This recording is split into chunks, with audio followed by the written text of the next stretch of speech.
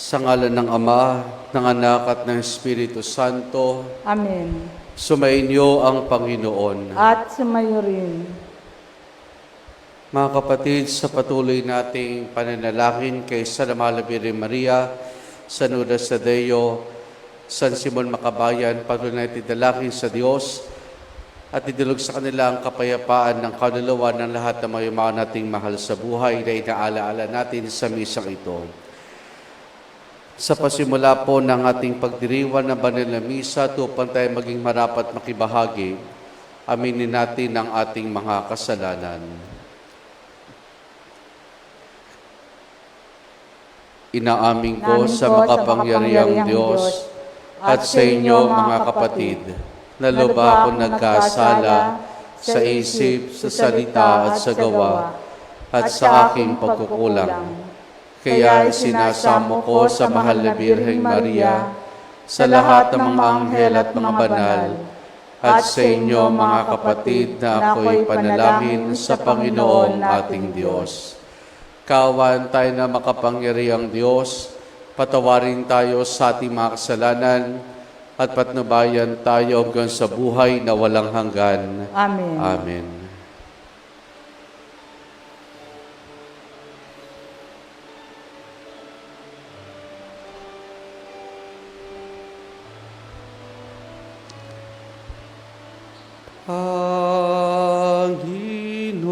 Panginoon, kaawaan mo kami.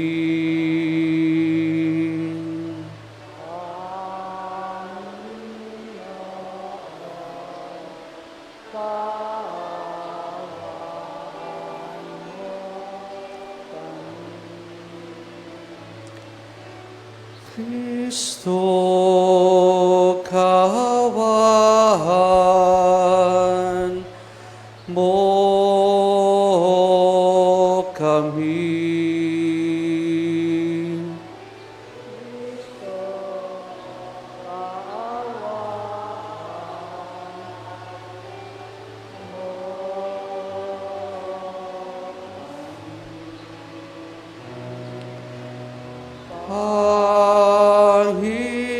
Panginoon, kaawaan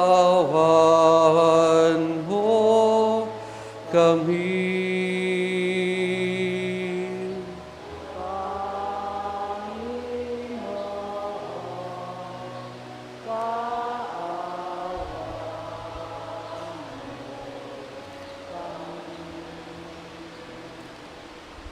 Manalangin tayo.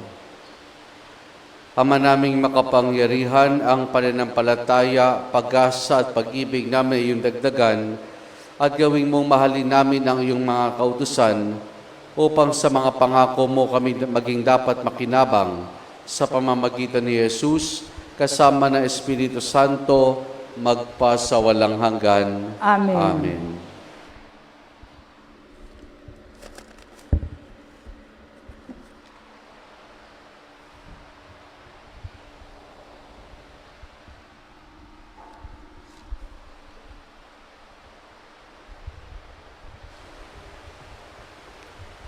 Ang salita ng Diyos mula sa sulat ni Apostol San Pablo sa mga taga-Epeso.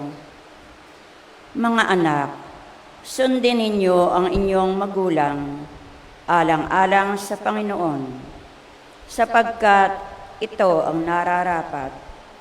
Igalang mo ang iyong ama at ina, ito ang utos na may kalakip na pangako. Ganito ang pangako, ikaw ay giginhawa at lalawig ang iyong buhay rito sa lupa. Mga magulang, huwag ninyong ibuyo sa paghimagsik laban sa inyo ang inyong anak. Dahil sa malabis ninyong kahigpitan, sa halip, palakihin sila sa tuntunin at aral ng Panginoon. Mga alipin, sundin ninyo ang inyong mga Panginoon dito sa lupa ng buong galang, takot at katapatan na parang si Kristo ang inyong pinaglilingkuran. May nakakakita man o wala. Ganyan ang gawin ninyo, hindi upang magbigay lugod sa mga tao, kundi dahil sa kayo'y lingkod ni Kristo. At kusang loob na gumaganap ng kalooban ng Diyos. Maglingkod kayo ng may mabuting kalooban, na parang sa Panginoon kayo naglilingkod at hindi sa mga tao lamang. Sapagkat alam ninyong gagantihan ng Panginoon ang bawat mabuting gawa ninuman, alipin man o malaya. Mga Panginoon, maging mabuti kayo sa inyong mga alipin at huwag silang pagbantaan, sapagkat alam ninyo kayo'y parehong alipin ng iisang Panginoon na nasa langit at walang itinatangi. Ang salita ng Diyos. Salamat sa Diyos. Salmong tugunan, ang poong Diyos ay tapat, pangako niya'y magaganap. Ang poong Diyos ay tapat, pangako niya ay magaganap. Magpupuring lahat sa iyo, O Panginoon, ang iyong nilalang. Lahat mong nilikha ay pupurihin ka at pasasalamatan. Bago banggitin nilang tunay na dakila ang iyong kaharian, at ibabalitang tunay kang dakila't makapangyarihan. Ang Panginoong Diyos ay tapat, pangako niya ay magaganap. Dakila mong gaway upang matalastas ng lahat ng tao. Mababatid nila ang kadakilaan ng paghahari mo. Ang paghahari mo ay sadyang walang hanggan, hindi magbabago. Ang Panginoong Diyos ay tapat, pangako niya ay magaganap. Di ka bibiguin sa mga pangako, pagkat ang Diyos ay tapat. Ang kanyang ginawa, kahit ano ito, ay mabuting lahat. Siya ay tumutulong sa lahat ng tao na may suliranin. Yaong inaalis niya sa pagkagupiling. Ang poong Diyos ay tapat, pangako niya ay magaganap.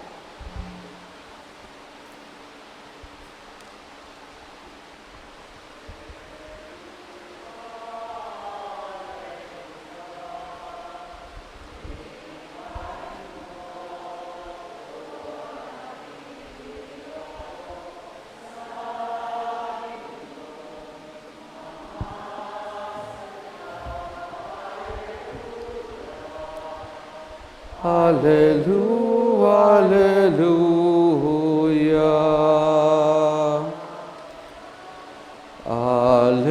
Hallelujah, hallelujah. Kain mo po, makikinig ako. Sa iyong mga salita, hallelujah, hallelujah, hallelujah.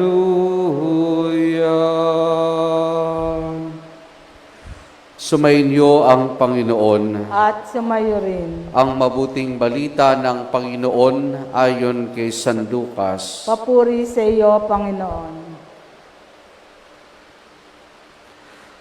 Noong panahong iyon, nagpatuloy si Jesus sa kanyang paglalakbay.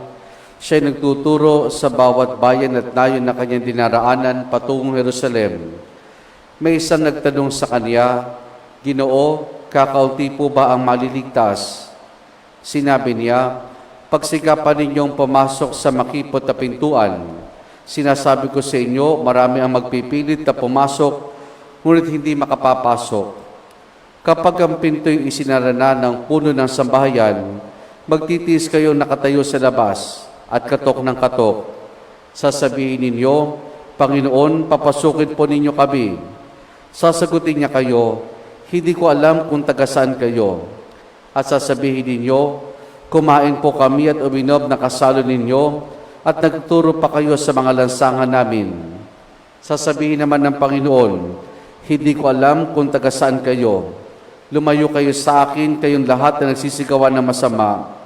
Tatangis kayo at magngangalit ang inyong ngipin kapag nakita ninyong nasa kaharian ng Diyos, sina Abraham, Isaac at Jacob, at ang lahat ng propeta, at kayo na may ipinagtabuyan sa labas, at darating ang mga tao buhat sa silangan at kanluran, sa ilaga at tibog, at dudulog sa pagsakarian ng Diyos. Tunay ngang may nahuling mauna, at may naunang mahuhuli. Ang mabuting balita ng Panginoon. Pinupuri ka namin, Panginoong Jesucristo. Magandang umaga po sa ating lahat. Kakaunti po ba ang maliligtas? Ito ang tanong ng isang tao habang si Jesus at ang kanyang mga alagad ay naglalakbay patungo sa Jerusalem. Yun ang naging tanong sapagkat sa kaisipan ng mga Hudyo, tanging ang mga Hudyo lamang ang maliligtas, hindi kabilang ang mga Hentil. Yun ang naging tanong sapagkat nasa isip nila ang pagiging Hudyo ang susi sa kaligtasan. Yun ang tanong nila sapagkat ang nasa isip nila, kapag ang isang tao'y mukhang banal, ay mapapabilang sa mga maliligtas. Wala yung pinagkaiba sa ilang mga sekta sa panahon natin ngayon na nagsasabi na kapag hindi tayo umanib sa kanila, ay sila lamang ang maliligtas. At ang nakalulungkot, maraming tao ang naniniwala diyan. Pero salit na sagutin ni Jesus kung ilan nga ba, o kung kakaunti o marami bang maliligtas, ang naging sagot niya ay pagsumikapan ninyong pumasok sa makipot na pintuan. Pagsumikapan daw nating pumasok sa pintuan na makipot. Kasi nga, maaaring magpilit tayo, pero hindi tayo makapapasok. Ano ba itong makipot na pintuan? Pag sinabi kasi nating makipot, literal na pangunawa natin dito ay maliit na daan o maliit na pintuan. At kapag maliit ito, kinakailangan natin maging maliit. Halimbawa po, kung kayo matangkad sa iyong kayabangan. Kung kayo matangkad, mataas sa iyong kayabangan. Hindi pagkakataon na maging maliit. Salit na maging mayabang ay maging mapagpakumbaba.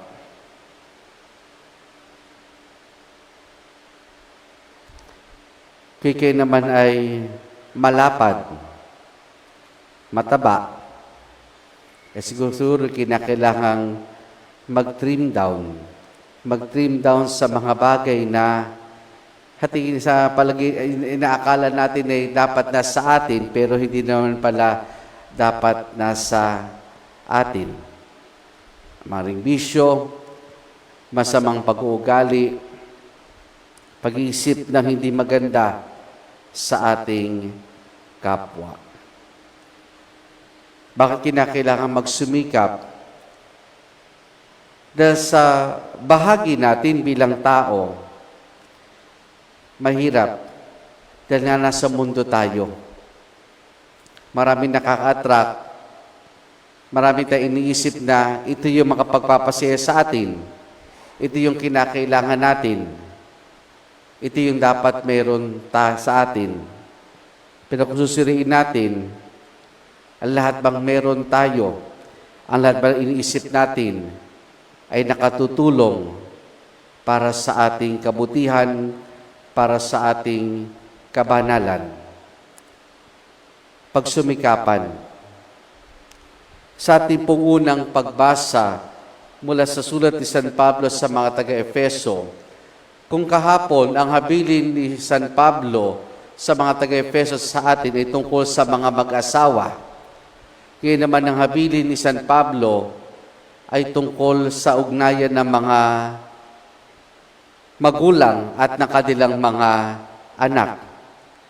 Dahil yung sinabi ni San Pablo ay maaring maging daan din natin patungo sa kaligtasan. Ang habilin ni San Pablo sa mga anak, sundin ninyo ang inyong mga magulang. Dahil ito'y nagsasalarawan ng isa sa mga utos ng Diyos na igalang mo ang iyong ama at ina. Pero meron din namang habilin ang ni San Pablo sa mga magulang. At ano yun?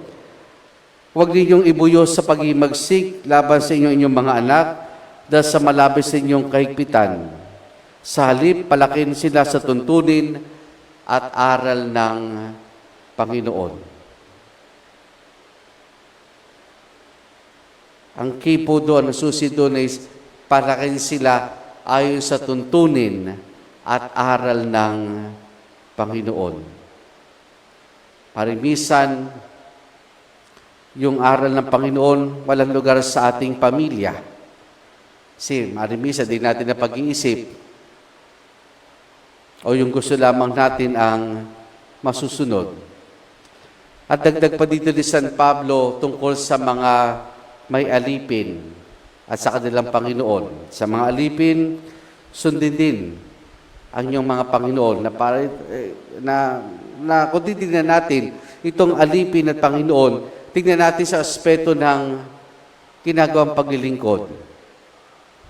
Sa mga naglilingkod, maging sa simbahan, sa pamayanan, sa ating lipunan, gawin natin kung ano yung tama at nararapat. Na sa ating ginagawang paglilingkod, ang parating nasa isip natin, sinasaalang-alang ay hindi lang taong pinaglilingkuran natin, kundi ang Diyos ang siyang pinaglilingkuran ng bawat isa sa atin. Si Jesus ay patungo sa Jerusalem noong panahong iyon. Nung siya'y tanungin, nung sinagot niya ang katanungan kung marami bang maliligtas o kakaunti ang maliligtas, ang sinagot niya ay daan patungo sa Jerusalem. Ang daan patungo sa kaligtasan. Isang babalas sa atin, mga kapatid, ay yung tungkol sa pagiging presumptuous. Yung bang nag-a-assume tayo, presumptuous. Pag sabi natin presumptuous, katulad na sinabi dito sa Ebanghelyo na, Panginoon, kumain po kami kasama ninyo. Panginoon, nagturo po kayo sa aming nangalansangan. Panginoon, nagsisimba po kami. Panginoon, naglilingkod po kami sa simbahan. Panginoon, naglilingkod po kami sa aming pamayanan. Maraming ginagawa natin, maraming nagagawa natin ng mga bagay na yan. Pero baka sa paggawa natin diyan, baka panlabas lamang ang lahat ng iyan. Na maaaring mag-assume tayo na dahil ginagawa natin ito, sigurado na tayo. Pero mahalagang tanong natin, anong motibo, anong motibasyon sa lahat ng ating ginagawa? Ito ba'y nagiging daan natin patungo sa paglapit sa Panginoon o ito nagiging daan natin upang maging mapagpaimbabaw tayo? Hindi man makita ito ng ating kapwa, kundi mapagpaimbabaw sa harapan ng ating Panginoon. Mga kapatid, lahat tayo gustong maligtas. Lahat tayo gustong mailigtas ng Diyos. Pero sa kaligtasan, ginawa na ng Diyos ang kanyang bahagi. Nangyalay niya kanyang sariling buhay para sa atin. Ngayon, gawin naman natin yung ating bahagi. Gawin naman natin yung ating bahagi. Amen.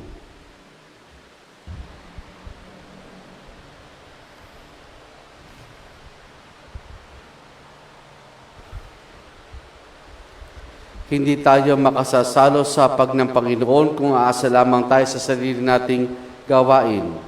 Tumugon tayo ng may pananalig sa Kanyang paanyaya sa lahat ng tao na pumasok sa Kanyang paghahari.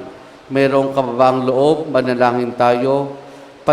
Panatilin mo kaming mababa ang kalooban sa iyong paningin, O Panginoon. Panatilihin mo kaming mababa ang kalooban sa iyong paningin, O Panginoon.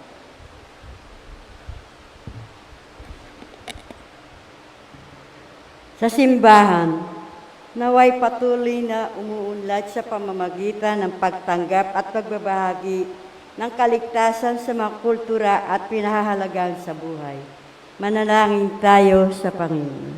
Panatilihin mo kaming mababa ang kalooban sa iyong paningin, O Panginoon. Yung mga nasa programa ng pagpapaunlad ng ekonomiya, naway bigyan suporta ang mga magsasaka at yung mga nagpapaunlad ng lupa, naway alagaan at igalang ang likas na kalikasan.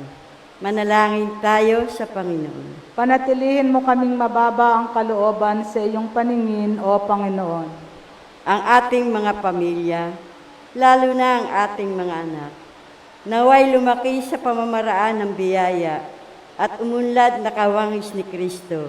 Manalangin tayo sa Panginoon. Panatilihin mo kaming mababa ang kalooban sa iyong paningin, O Panginoon.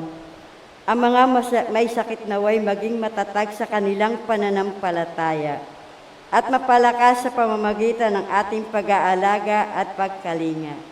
Manalangin tayo sa Panginoon. Panatilihin mo kaming mababa ang kalooban sa iyong paningin, O Panginoon. Ang ating mahal na yumao, naway masiyahan sa kapayapaan ng kaharian ng Diyos. Manalangin tayo sa Panginoon.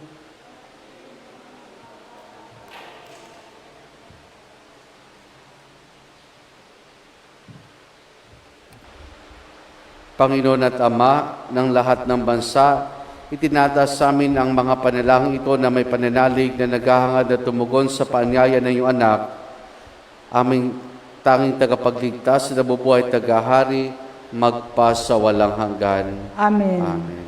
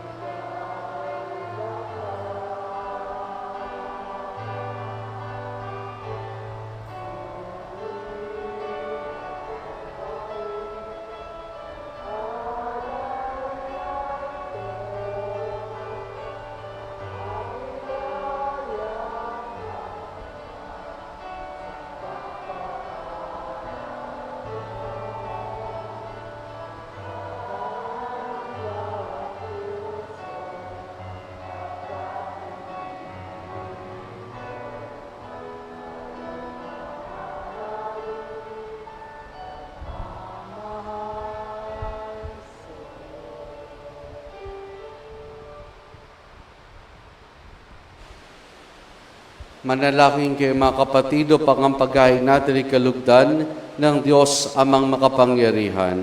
Tanggapin nawa ng Panginoon itong paghahain sa iyong mga kamay.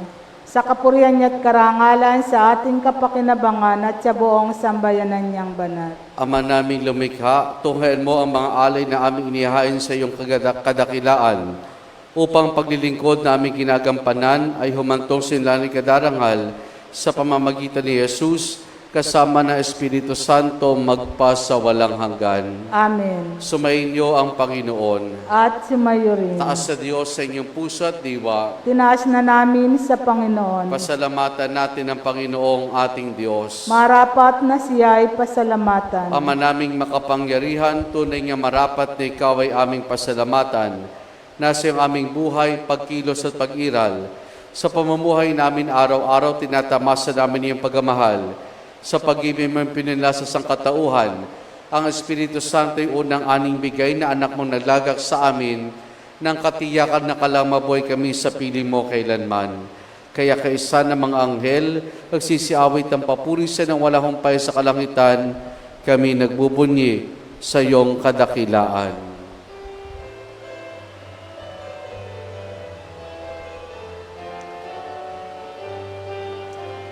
Santo, Santo, Santo, Diyos makapangyarihan, puspos ng walhati ang langit at lupa. Sana sa kahitasan,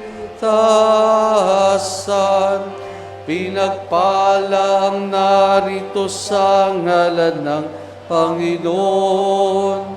Hosana sa kahitasan. Hosana sa kahitasan.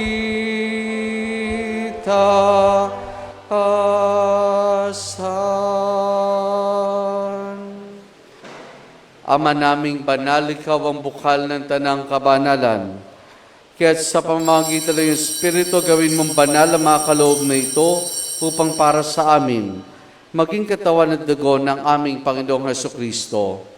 Bago niya pinagtiis ang kusang loob na maging handog, hinawakan niya ang tinapay, pinasalamatan kaniya, pinaghati-hati na yon.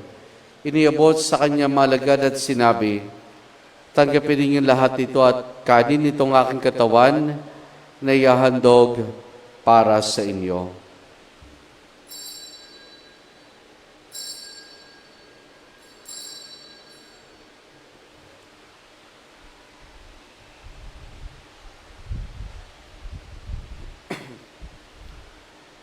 Kaya hindi naman na matapos ang hapunan, hinawakan niya ang kalis. Muli kanyang pinasalamatan. Iniabot niya ang kalis sa kanya malagad at sinabi, tanggapin ninyo lahat ito at inumin itong kalis ng aking dugo, ng bago't wala hanggang tipan. Ang aking dugo na ibubuhos para sa inyo at para sa lahat sa pagpapatawad ng mga kasalanan. Gawin ninyo ito sa pag-alaala sa akin.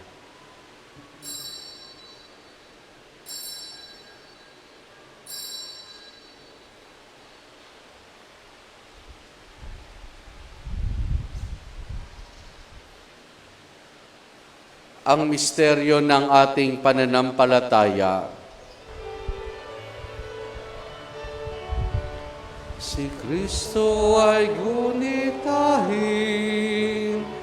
sarili ay inihain, bilang pagkain inumin,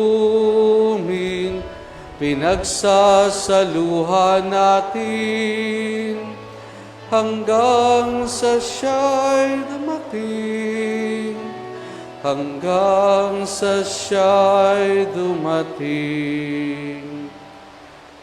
Ama, ginagawa namin ngayon ang pag-alaala sa pagkamatay at muling pagkabuhay ng iyong anak, kaya tiniyalay namin sa iyong tinapay na nagbibigay buhay at ang kalis na kakaloob ng kaligtasan. Kami nagpapasalamat dahil kami yung minarapat at tumayo sa harap mo para maglingkod sa iyo. Isinasamo namin kaming magsasalo-salo sa katawan at dugo ni Kristo ay mabuklod sa pagkakaisa sa pamamagitan ng Espiritu Santo. Ama, lingapin mo simbahan laganap sa buong daigdig, puspusin mo kami sa pag-ibig kaysa ni Francisco naming Papa at ideni sa aming obispo at ng Tanang Kaparian. Alalahanin mo rin ang mga kapatid naming nahimlay na may pag-asang sila'y muling mabubuhay, gayon din ng lahat ng mga pumanaw at mga kaluluwa sa purgatorio. Kaawan mo sa patuloyin sa iyong kaliwanagan. Kaawan mo at pagindapati kaming lahat na makasalo sa iyong buhay na walang wakas. Kaysa ng mahal na Birheng Maria na Ina ng Diyos, ang kanyang kabiyak ng puso, si San Jose, kaysa ng mga apostol, ni San Juan Bautista at ang lahat ng mga banal, na namoy dito sa daigdig ng kalugod-lugod sa iyo, may pagdiwan nawa namin ang pagpupuri sa kararangal mo sa pamamagitan ng iyong anak na aming Panginoong Hesukristo. Sa pamamagitan ni Kristo, kasama niya at sa Kanya, ang lahat ng parangal papuri sa iyo, Diyos amang makapangyarihan, kasama ng Espiritu Santo, magpa sa walang hanggan.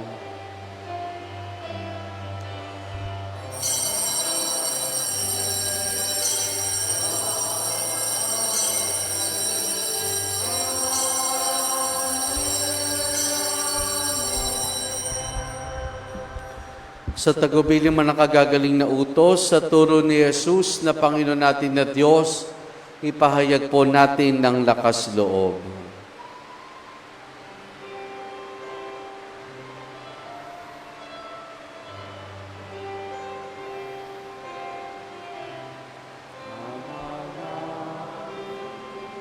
Sumasalangit ka, sambahin ang ngalan mo, mapasa amin ang kaharian mo, sundin ang loob mo dito sa lupa para nang sa langit.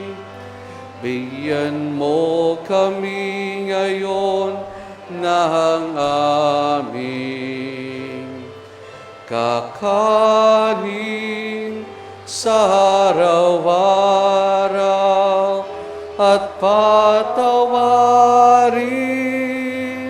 mo kami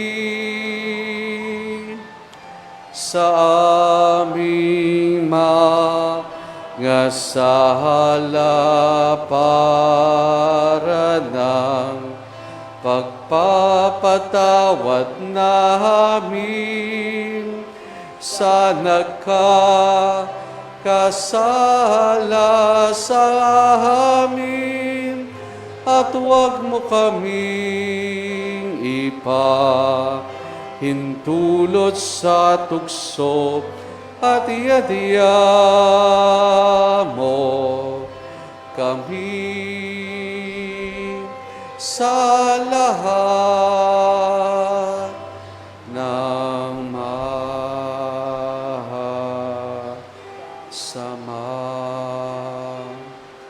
Hinihiling namin kay Maria sa lahat ng masama, pagkalooban ng kapayapaan araw-araw, iligtas sa kasalanan, at ilayos lahat ng kapahamakan, samantalang aming masayang pinananabikan ang dakilang araw ng pagpapahayag ng tagapagligtas naming si Jesucristo. Sapagkat iyo ang kaharian at ang kapangyarihan at ang kapurihan magpakailanman. Amen. Panginoong Jesucristo, sinabi mo sa mga apostol, kapayapaan ang iniwan ko sa inyong aking kapayapaan ang ibinibigay ko sa inyo. Tunghayan mo ang aming pananampalataya at huwag ang aming mga pagkakasala. Paglooban mo kami ng kapayapaan at pagkakaisa ayon sa iyong kalooban, kasama ng Espiritu Santo magpa sa walang hanggan. Amen. Ang kapayapaan ng Panginoon ay lagi nawang sumainyo. At sumayo rin. Mga kapatid, maghangad at magbahagi po tayo ng kapayapaan ni Jesus sa isa't isa. Peace be with you po.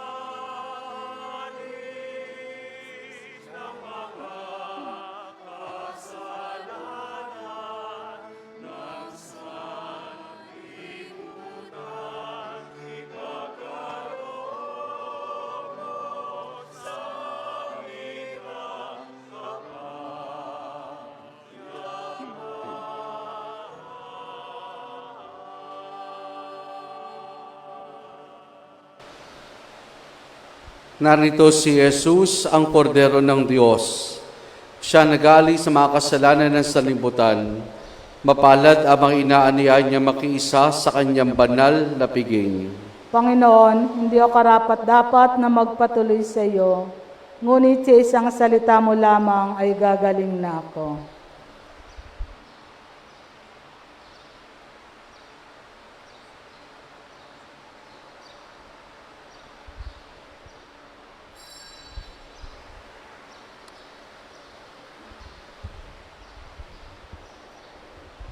Espiritual na pagtanggap ng komunyon.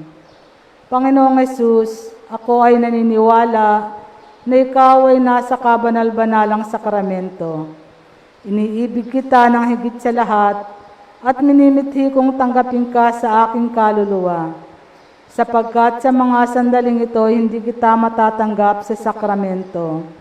Tumuloy ka sa Espiritu sa aking puso. Niyayakap kita na para bagang narito ka na at iniaalay ko ng buong buo ang aking sarili sa iyo. Huwag mo pong hayaang mawalay ako sa iyo. Amen.